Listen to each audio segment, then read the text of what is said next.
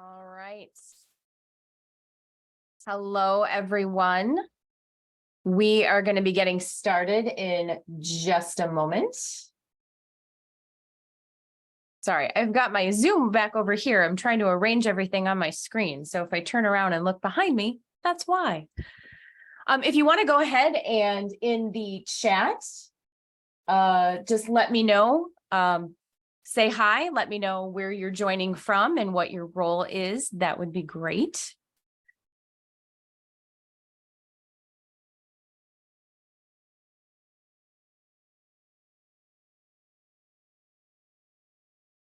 And I just want to make sure that everybody can, in fact, hear me.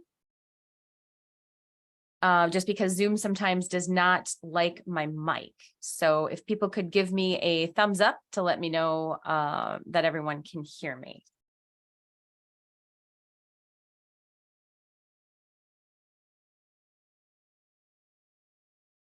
Okay.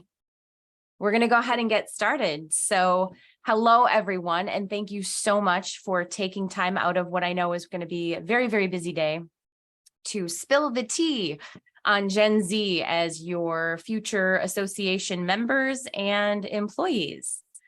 Before we get started, I wanted to let you know that this webinar is being recorded. And after today's session, we're going to email a link to each of you, or you can access it anytime on our website. Just go to omnipress.com and under resources, you'll see a link to our webinars.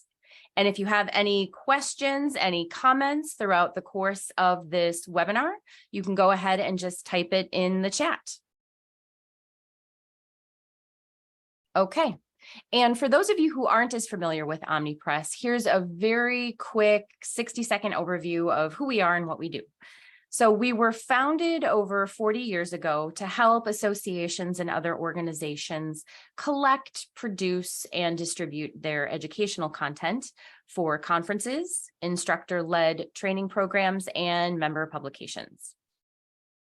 So our portfolio of products and services includes our Catalyst abstract and speaker management software, digital conference content and event schedule, a mobile event app, printed materials, online publications, and print and fulfillment services.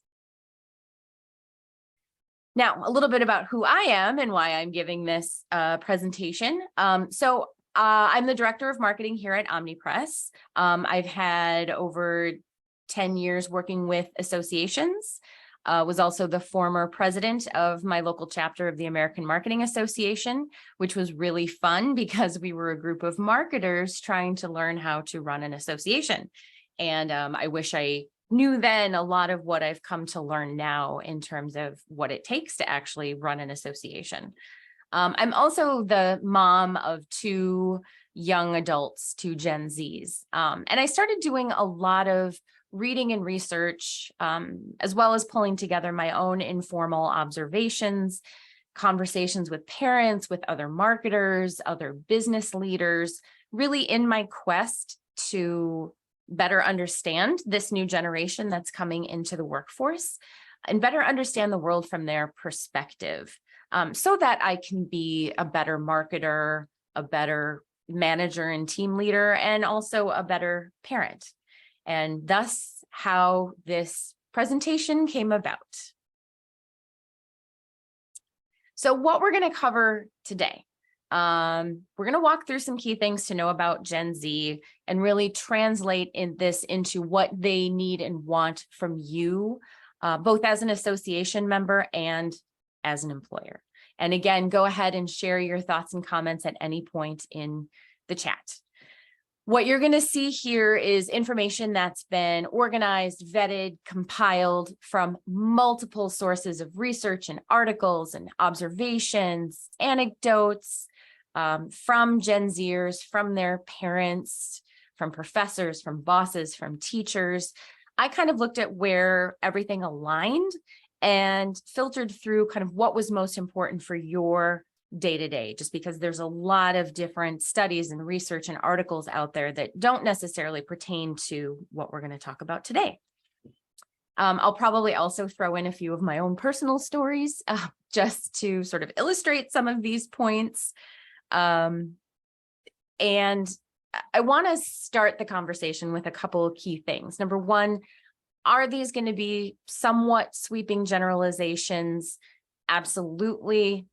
Fully understand and acknowledge that everyone is unique, and youth definitely plays a factor right now. In fact, it's funny because when I started putting this presentation together, which I have given in the past at an AMCI event, since then, the Pew Research Center issued sort of a statement of caution about overgeneralizing and oversimplifying generations. And Pew is actually going to be changing their approach to really compare generations at similar stages of life. So to kind of quote what Pew says, they say that the question isn't whether young adults today are different from older adults today. The question is whether young adults today are different from young adults at some specific point in the past. There's definitely things happening that Gen Z, quite frankly, that are happening to all of us just because of the state of the world we live in today. You know, they're not the only ones who were affected by the pandemic or who are concerned about the environment, right?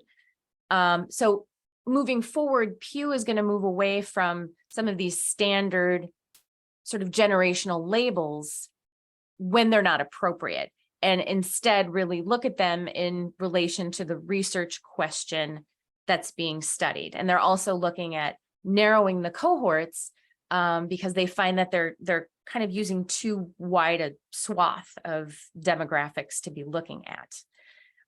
So that's kind of the context that we're going to talk about this in, is how is Gen Z as young adults today different from somewhat generations that exist today, but also when those generations were young adults themselves. There are some key things that are happening in the world that are really affecting the outlook this generation has and how they behave and how they communicate and what they expect.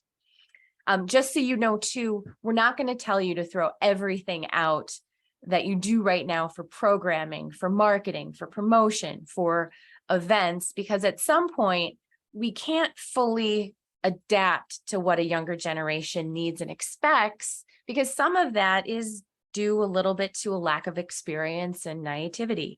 But we can at least be aware of these expectations and what's driving them so that we can meet them in the middle. And so that we can more effectively work with and mentor them. One thing I did forget to mention, sorry, at the beginning of this webinar is that live captions are available for those that need them.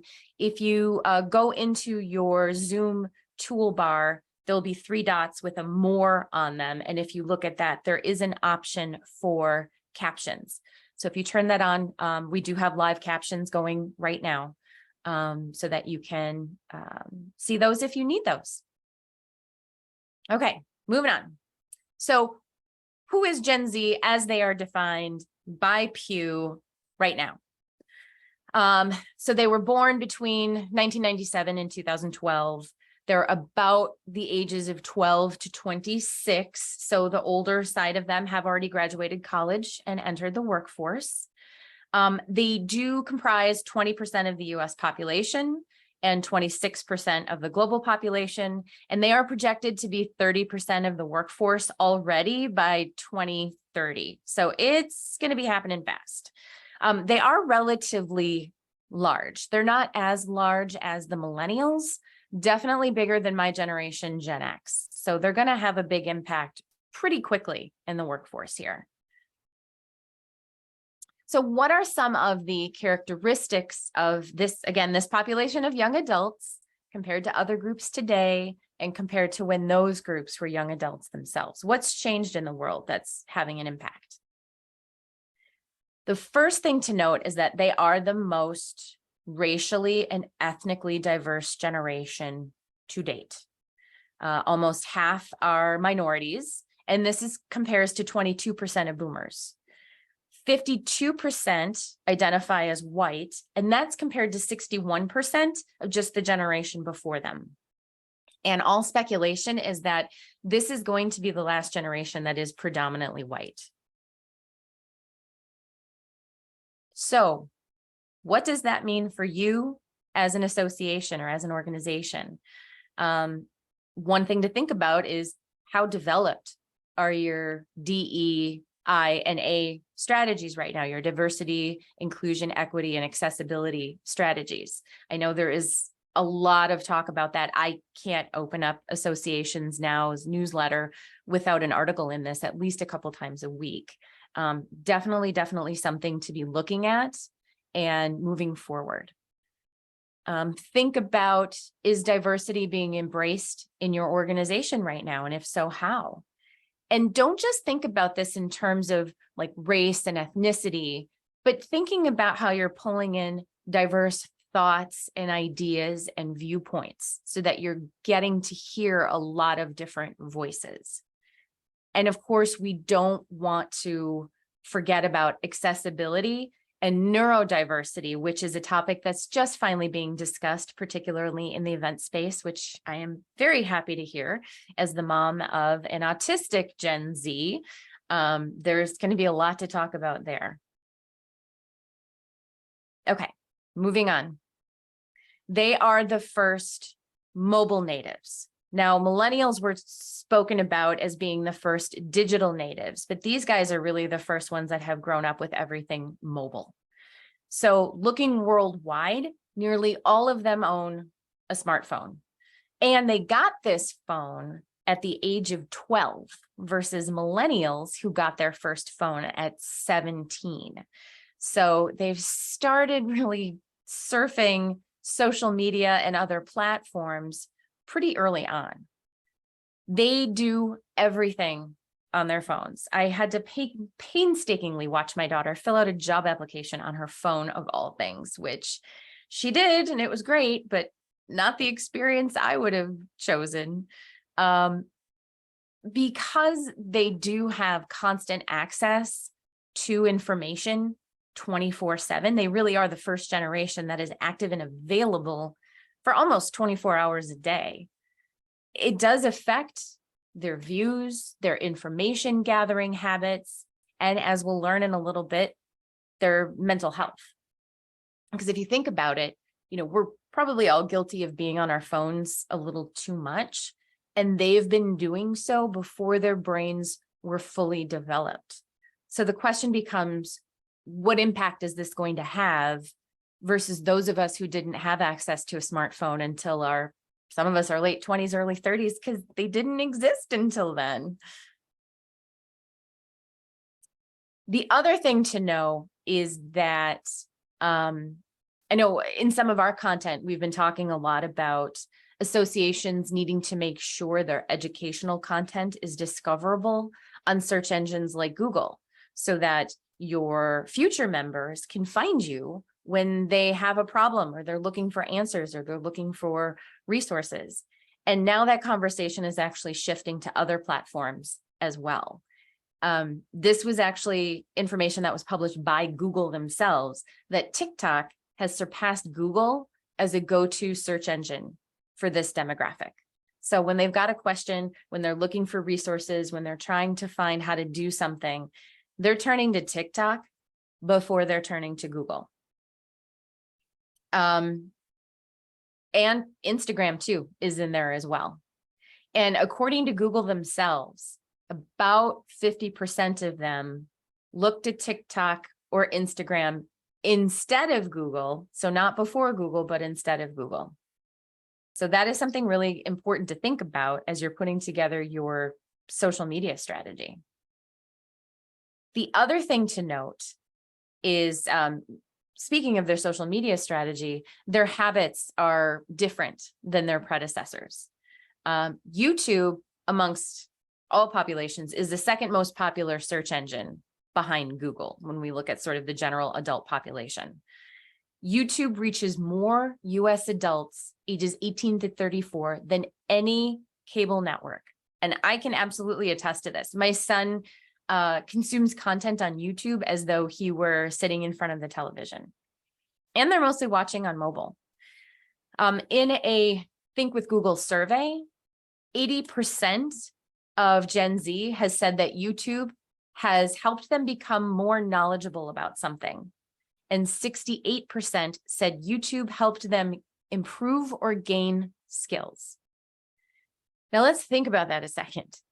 What is it that associations do? What is one of the main things you do to really push forward your mission? Education, upskilling, reskilling, right? You guys, that's one of your values, is to really provide that educational content. So clearly you've got some competition out there when it comes to trying to attract these folks. And it's absolutely true. I mean, my son taught himself how to animate watching YouTube. My daughter was auditioning for a show. She hadn't tap danced since she was like 6. She wanted to get one of the bigger parts. She watched YouTube to reteach herself how to tap dance. So it's definitely something they are used to doing. Now, this is a really interesting chart. So if you look at this, what social media platforms do US Gen Z adults use the most? And at the top, YouTube, TikTok, Instagram. What social media channels does your organization tend to use the most? I know we're still somewhat guilty of relying a lot on LinkedIn and things like that. And obviously this slide was created before this week's rebrand of Twitter. But, you know, is your association using some of these top social media channels to really connect with prospective members? So some points to ponder here. First of all, are your tools, are your channels mobile friendly? So of course, your website, think about your e-learning system, think about your member portal, you know, online publications, anything you put out there for folks to interact with and touch. Are those mobile friendly? Think about what social media channels your organization uses. Also, as both an employer and as a member-based organization, when you're thinking about recruitment in either of those contexts, do you use social to help with that recruitment? Think about how well does your association compete with some of those free and online resources that are out there for information, for training, for peer connections. I'm not sure if you guys can hear that, but we're by the airport, and so the fighter jets are going by. It's a little loud on my end. But also think about, where do people go to get information and previews of your programs and your other member benefits? If it's only on your website, they are probably not getting there and they're probably not seeing it. You have to use some of these other social media channels really as sort of that portal to be in their face when they're looking for resources, and then to funnel them to your website. Another thing to know about Gen Z, and this should come as no surprise, their mental health is not good. I would argue for a lot of us, mental health is not always great just because of how much is going on right now, right? But compared to relative to other populations, it's definitely more pronounced in this younger generation. 90% state that they've experienced mental health concerns. They are 3 times more likely to deal with suicidal thoughts, depression, and addiction than boomers. And at least 50% of them are being treated for anxiety and depression, which is more than any other generation. Now, part of that is because they're a lot more open to this. It's a lot more accepted to seek treatment, to talk to somebody, to bring this to the forefront, to be transparent about it. I think about my parents. I still don't think they would ever really talk about this. And when you think about their mental health concerns, can you really blame them? You know, I think about my son had his first active shooter drill in preschool, and he came home saying, you know, mommy, today we got to play a hiding game. I mean, what does that do to somebody, right? So it's important to really take stock in some of your own personal biases, right? I've read that Gen X, again, my generation, is called the generation of grit. And we probably get some of that from our boomer parents. I can be a little guilty of the whole shut up and drink some water kind of attitude, but that's not how it works anymore. And that doesn't mean this group doesn't want to work hard and get results.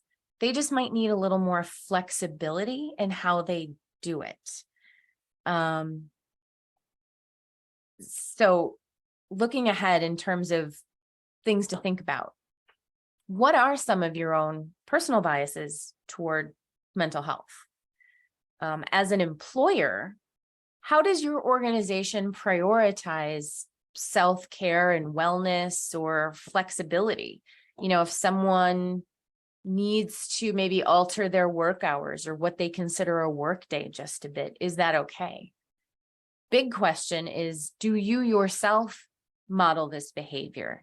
I've been with organizations before that have said that, yep, flexibility is great and what have you, or, yes, self-care.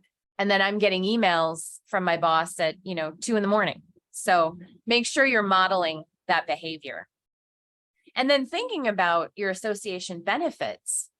Does your association have programs that support mental health in its respective industry? Obviously, every industry can have its own set of stressors, its own set of challenges that people are dealing with. So is that something that you can support in your programming? Another thing to know about this generation is that they very much pay attention to social causes. 70% of Gen Zs are stated to be involved in a social or political cause. Now, what the definition of involvement is varies greatly. It can be as little as volunteering for a few hours to really leading the charge, leading a committee, leading an initiative. And just 20% say that they would work for a company that doesn't share their values. Now, part of the reason for this is because they actually have the whole world available to them at their fingertips at all times. So they are very much aware of not just their own little world, but what's happening around them in a way that I think those of us who are older did not have access to when we were younger. But the good news is, as an association, you absolutely have an advantage here, don't you? That's your whole thing. Your mission is to help advance industries. And if you can connect the dots in terms of how you tell this story, you could really, really use that to connect with people. I've got a great story about this. We've got some folks at our own organization that are brilliant at this. So one of our services is print and fulfillment of educational materials for training courses. Whenever we have a new hire, particularly in our production and warehouse areas, we've got folks at our organization, and one person in particular, who makes sure that he walks through the warehouse with these folks and actually shows them some of the materials on the shelf and discusses what they're for and how they're used. Areas like mental health, cybersecurity, medical training, so that they understand that day in and day out, they're not just printing books, they're not just stuffing boxes, but that these tasks really matter and their little piece does make an impact in the bigger picture. And that has really helped, I think, tremendously. So, some things for you to think about. Can you do a better job telling your association's story and how your work has a positive impact on society? And can you use this to really drive some of that member engagement? But then taking that a step further, how well do you connect the dots on how their specific membership and their specific involvement helps contribute to this impact? And switching roles for just a second, if you're also looking to attract folks as employees, what about their role as an employee? What is it about what they do day to day that really helps drive this mission? This is not something that can just be implied. It absolutely has to be spelled out for folks. All right. Another thing with this organization is that money does matter. Now, I know that millennials got a lot of flack for, supposedly being very materialistic. Whether that's true or not, I'm not necessarily going to debate that here. But it is important to note that, yes, they want to make a difference. Yes, they want to feel heard. Yes, they want that work-life balance and that flexibility. But economic considerations are really the primary driver of employment decisions among this group. There was a study where they surveyed college seniors that were about to graduate in terms of what were their priorities when they were job searching. And 74% are prioritizing things like job stability. 73% say the current economic environment makes it challenging to save. I mean, this is why you're seeing folks who, aren't buying houses, who's got the down payment for one, right? So they're opting to rent. And 42% have a side hustle to make ends meet. So they are very much motivated by money because it is very much a practicality. So think about, as an association, how well do you connect the dots between your membership and your programs and how they help that member achieve financial growth and stability?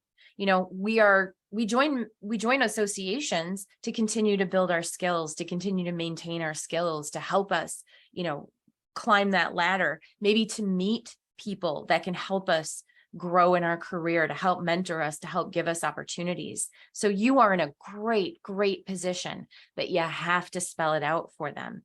Associations are no longer the default that maybe they once were once upon a time, just because there are so many other resources out there, so many other places for them to connect, so many other places for them to get information, to get education. So how do you pull that together for them so that they think about your association? Whereas, it used to be just something older generations, you just did. You got into a certain industry and you joined the association. That's not necessarily the case anymore. Switching the role just a little bit, as an employer, great way to add some extra perks and benefits, right? Do you offer financial literacy, wealth management, or other related services as perks for your employees? And also, as an employer, similar to the association side, do you provide a clear and transparent path to financial growth within your organization? Because that is going to be the key to helping retain them. Now, this one is my favorite. And it was part of what kind of got me interested in this whole topic to begin with. I'm going to wait for the jets for a second. So this group very much challenges management norms. So thinking about them sort of as employees for a moment. Here's why. So in the classroom, they've had a voice in their own learning, right? We went from a time where it was very much, you sit at a desk, the teacher's at the front of the classroom, they're giving you the lesson. A lot of times it's a lot of memorization. They tell you what it is, you take it in, to this more personalized learning model. We actually wrote an article about this that's on our blog at omnipress.com that looks at how the K through 12 classroom has changed and how that might impact training programs moving forward. And it's really about them having a voice in how they choose to learn based on how they know they learn best or what they need. So they've already started in this point of sort of self-advocacy, which is something they're very used to doing and very comfortable with now. They also communicate differently. Growing up in a world where you're texting people and kind of communicating in shorthand, I I mean, my daughter gets confused when I call her. She thinks something's wrong when I decide to pick up the phone and call instead of text, because she's used to texting. She's used to snapping. I'll never forget. She asked me a question. I sent her a text just out of pure habit. I ended it with a period. I immediately got a call with the question of, why are you mad at me? Because the period is aggressive. When they're sending Snapchats, trying to decipher that sort of hidden language. If you snap a picture of your forehead and send it to somebody, it means that you're disinterested in them, as opposed to snapping a picture of your entire face. So they've got this whole hidden language. So really getting them to communicate the way we're used to can very much be sort of a point of conflict. Things like texting, it lacks social cues like facial expressions, like tone of voice. So there can be more opportunity to misinterpret intent, which can also cause conflict. And speaking of conflict, they don't tend to deal with conflict as well, right? They're used to being able to just ghost people. So having to actually confront someone head on is not a soft skill they've really had an opportunity to build. Speaking of soft skills, a lot of folks have entered the workforce during the pandemic or moving forward, as remote and hybrid work is more of the norm. It's becoming harder to develop these soft skills. I know I personally learned a ton as I was coming up in my career, just by watching my more seasoned superiors. How are you handling this conversation with someone? How are you handling the situation with a client? How are you going to position this? How do you handle yourself in the office? There's a lot that comes through just through basic observation. And if they're not in the office to observe these things or to be told these things, how are they going to learn them? So they may have to be taught some of the unwritten rules of the workplace, right? How to interact with each other, what to wear. Don't just walk into somebody's office and immediately start talking at them if you can see they're in the middle of something. Things like that. And this one is really, really interesting. They don't always recognize that traditional top-down hierarchy, right? Older generations have come from a standpoint of be seen, not heard, right? That is not the case. As I said before, this generation is very, very comfortable with self-advocacy. And even though they might not be as seasoned, they may fully acknowledge that they've got a lot to learn, but they're coming into it feeling like their experiences that they've had are equally relevant.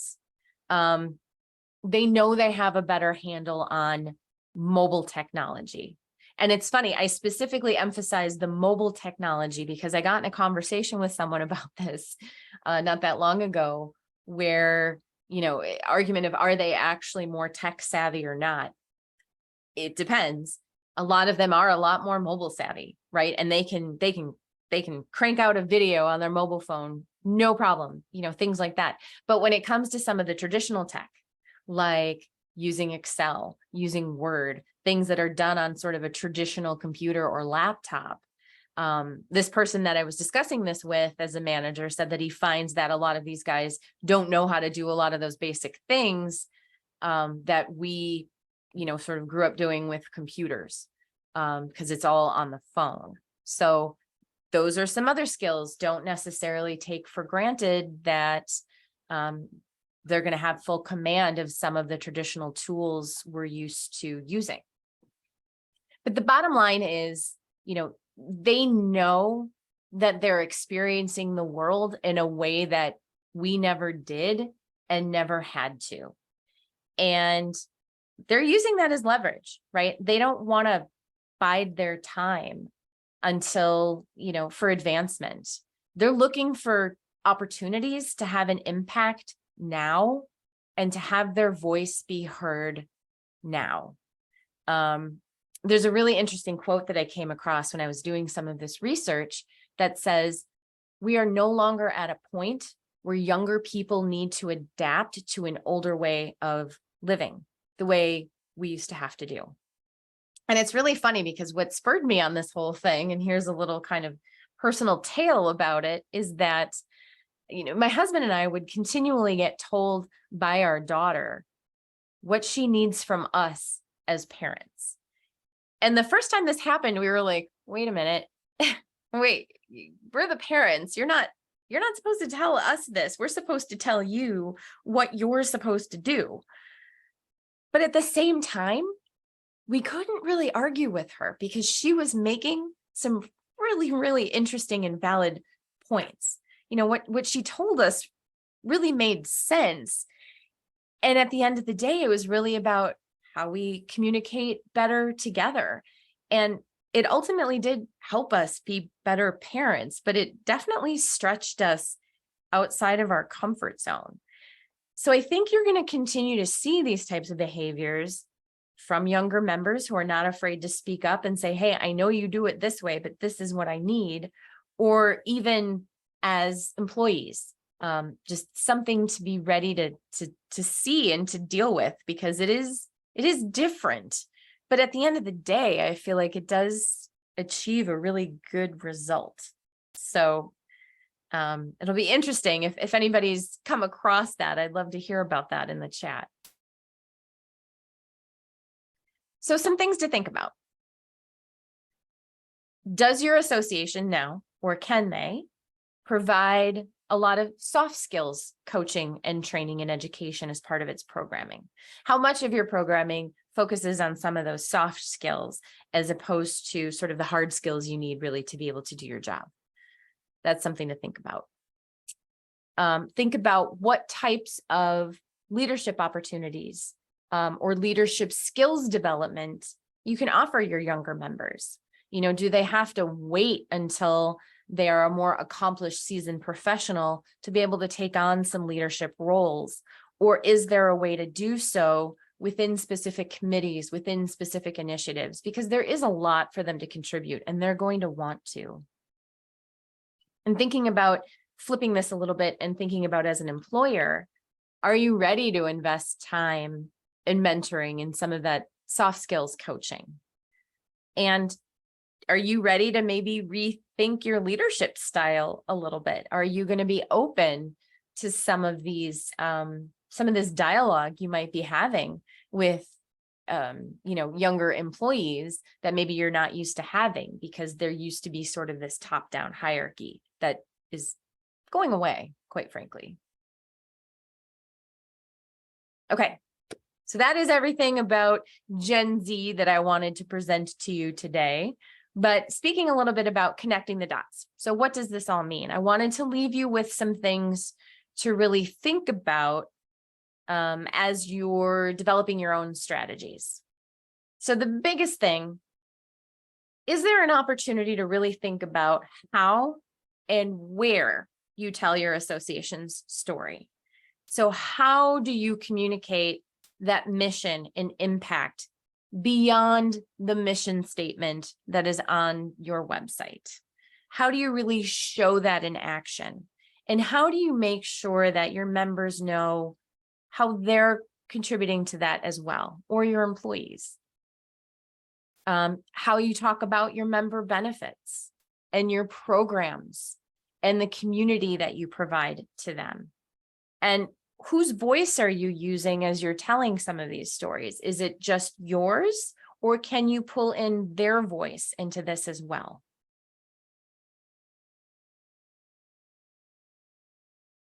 Also think about, are there opportunities to really take a look at your educational programs and how they support young professionals? So really pulling in some of those leadership opportunities for them, some of that soft skills training and mental health support. Also think about how you bring members together for professional and social connections, even outside the annual conference. Can you create some community cohorts that meet more frequently, even virtually? Can you bring them together both as mentees, but also give them opportunities to mentor others?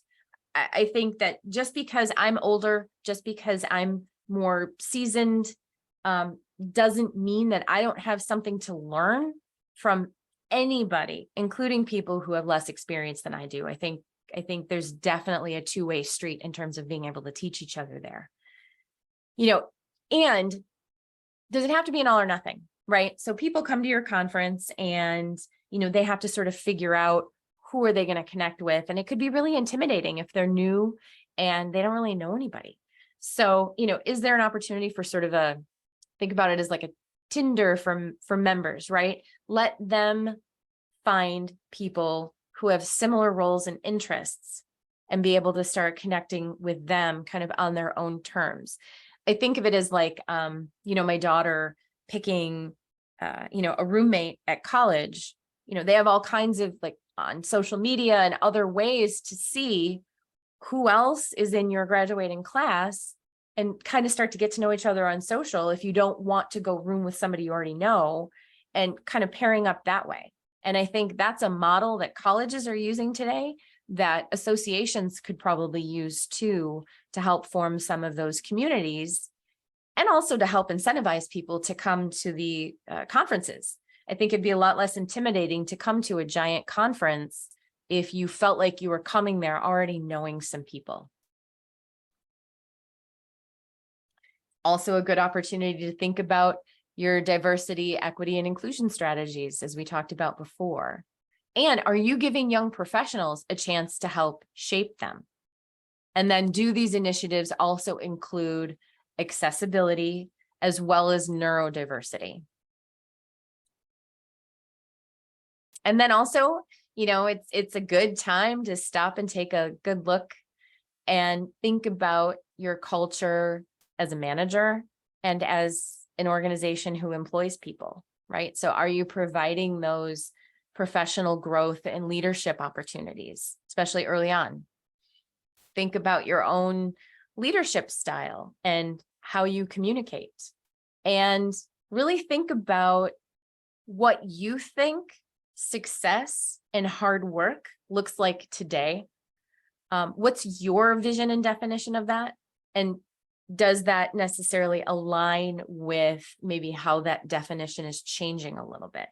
If I decide to log on at 6 a.m, but log off at 1 or 2 and get everything done I need to get done, is that okay? Is that frowned upon just because those hours work better for me? Or does it have to be 8 to 5? And does that even really mean that someone is working harder or is successful? It's very interesting. It's gonna challenge some things that I think that we are used to. At the same time, though, I do want to give a caveat that, again, it doesn't mean we have to completely upend everything we're used to and everything we've done.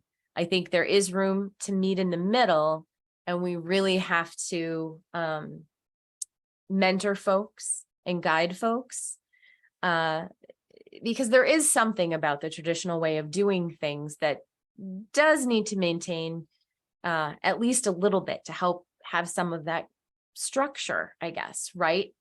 That helps to make things happen.